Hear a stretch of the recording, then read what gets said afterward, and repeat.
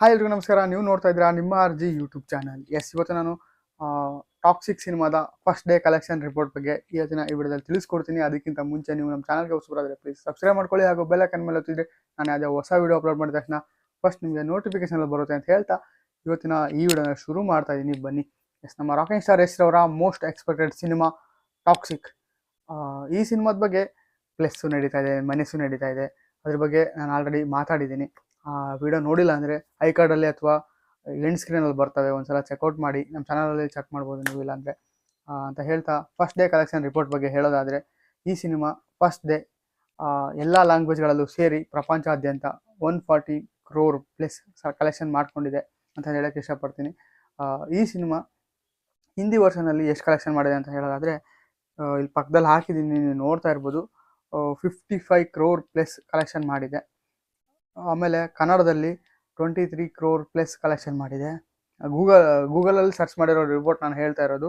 ಅದಾದಮೇಲೆ ತೆಲುಗುನಲ್ಲಿ 16 crore plus collection ಮಾಡಿದೆ.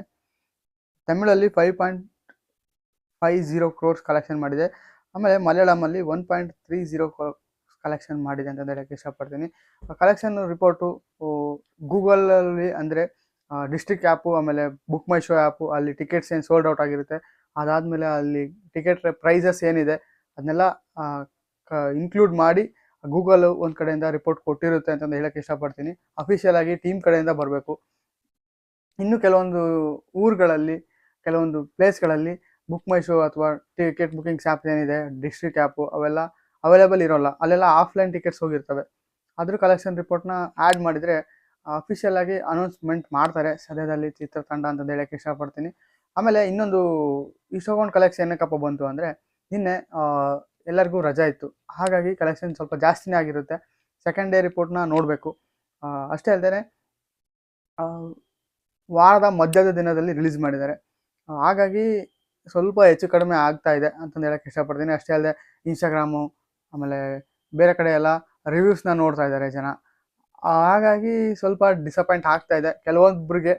ಸಿನಿಮಾನ ರಾಕಿಂಗ್ ಸ್ಟಾರ್ ಯಶ್ ಅವ್ರನ್ನ ನೋಡೋಕೆ ಹೋಗ್ತೀನಿ ಅನ್ನೋ ಬದಲು ರಾಕಿ ಬಾಯ್ನ ನೋಡೋಕೆ ಹೋಗ್ತೀನಿ ಅಂತ ಹೇಳ್ಬಿಟ್ಟು ನೀವೇನಾದರೂ ಹೋದರೆ ಸಿನಿಮಾಗೆ, ನಿಮಗೆ ಎಲ್ಲೋ ಸ್ವಲ್ಪ ಡಿಸಪಾಯಿಂಟ್ ಆಗುತ್ತೆ ಅಂತ ನಾನು ಹೇಳ್ತಿದ್ದೀನಿ.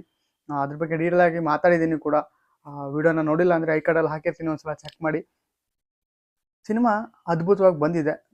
ಕಲೆಕ್ಷನ್ನು ಕೂಡ ಚೆನ್ನಾಗಿ ಮಾಡಿದೆ. ಫಸ್ಟ್ ಡೇ ಬಿಗ್ಗೆಸ್ಟ್ ನಂಬರ್ನ ಕಲೆಕ್ಷನ್ ಮಾಡಿದೆ ಅಂತ ಹೇಳೋಕ್ಕೆ ಇಷ್ಟಪಡ್ತೀನಿ. ಅದ್ಭುತವಾದಂಥ ಸಿನಿಮಾ. ನೀವು ಮಿಸ್ ಮಾಡ್ಕೊಳಕ್ಕೆ ಹೋಗಬೇಡಿ ಥಿಯೇಟ್ರಲ್ಲಿ.